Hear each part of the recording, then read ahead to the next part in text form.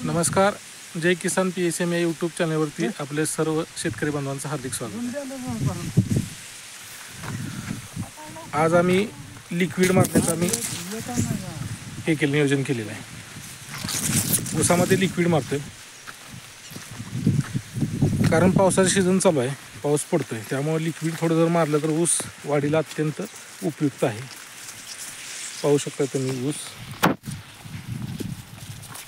लिक्विडचं तुम्हाला सांगितलं 86-032 ऊस आहे.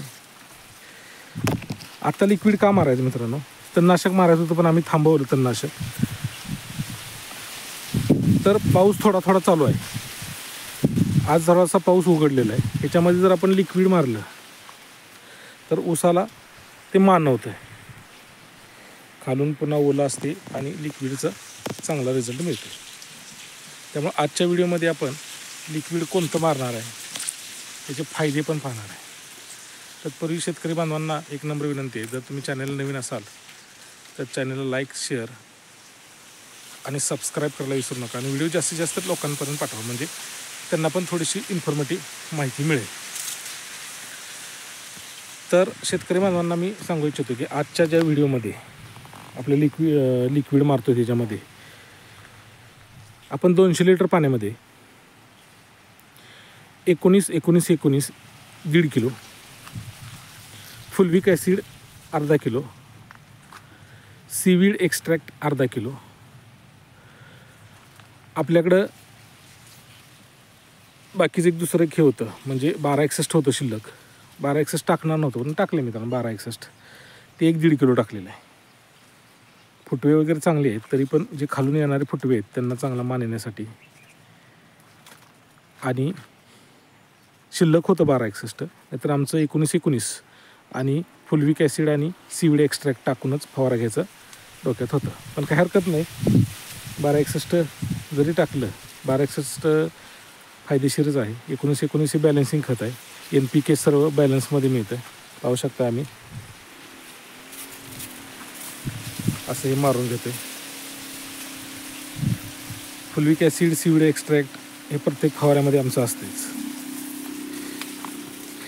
कारण फुलविक ॲसिड सीवीडची मी तुम्हाला आधी भरपूर माझ्या पूर्ण चॅनलमध्ये मी माहिती सांगितलेली आहे. तुम्हाला जर माहिती नसेल तर तुम्ही चॅनलवरती जाऊन माहिती घेऊ शकता. सीवीड आहे ती आपल्याला ट्रेसमधून झाड जे पीक आहे ती बाहेर काढण्यास मदत करतं, ओव्हरऑल वाढ चांगलं करतं. ते प्लांट ग्रोथ रेग्युलेटर आहेत मित्रांनो. सीवीड आहे ते फुलविक, सीवीड म्हणजे समुद्री अल्क सेवाल, सीवीड आहे ते सीवीड म्हणतात त्याला. आणि फुलविक आहे ते पेशींचं विभाजन करून प्रकाशसंश्लेषण क्रियेच्या सहाय्यानं अन्न तयार करतं. ऑटोमॅटिकली अन्न तयार झालं की झाडाची वाढ चांगली होते. 19-19-19 NPK नायट्रोजन, फॉस्फरस, पोटॅशियम हे सगळं समप्रमाणात असते. कमी जास्त प्रमाणात असेल तर ते बॅलन्सिंग करतं, झाडाची वाढ चांगली करतं. 1261 नत्र 12% 61 P म्हणजे NP पोटॅशियम असते, नंतर स्फुरद असते P मध्ये. मित्रांनो अशा प्रकारे मारायचं चालू आहे. 1261 फक्त NPK नसते, नंतर स्फुरद पालाश नसते. स्फुरद पण ओव्हरऑल झाडाची, म्हणजे आपण जे 1261 स्फुरद आहे ते ओव्हरऑल झाडाची वाढ चांगली करते, ट्रेसमधून बाहेर काढते, फुटवे चांगले निघतात, आहे ते फुटव्यांची वाढ चांगली होती. नंतर तर तुम्हाला माहितीच आहे, काळोख येण्याचं काम करते, प्लस वाढ चांगली करते. हे अशा प्रकारे कॉम्बिनेशन केलेलं आहे. जास्त काही खर्च येत नाही मित्रांनो, पण पावसाच्या अगोदर हे मारून घेणं फार गरजेचं आहे, की जेणेकरून आपल्याला ॲव्हरेज पण चांगलं मिळेल भविष्यात, ऊस पण चांगला येईल. 86-032 ही आमची ऊसाची लागण आहे. माझे जे बाकीचे व्हिडिओ आहेत ते मोठ्या ऊसाचे आहे, ते वरचं दुसरीकडं आमचं क्षेत्र आहे. हा 4 एकरचा मोठा प्लॉट आहे. आता ऊस बऱ्यापैकी वाढलेला आहे. आणि जिथं मारता येत नाही तिथं आम्ही जी फवाऱ्याची जी गन असते किंवा काकाटी असते ती आम्ही अशी वर धरून असं थोडंसं फिरवतो, जेणेकरून सगळं पसरेल. वारा आहे त्यामुळे सगळं समप्रमाणात पसरलं जाते. ड्रोनला आम्ही मारण्याचा विचार केला होता, पण ड्रोनला मारायला खर्च थोडासा जास्त आहे मित्रांनो, त्यामुळं आम्ही ड्रोनचं कॅन्सल करून आम्ही आम्ही स्वतः मारत आहे.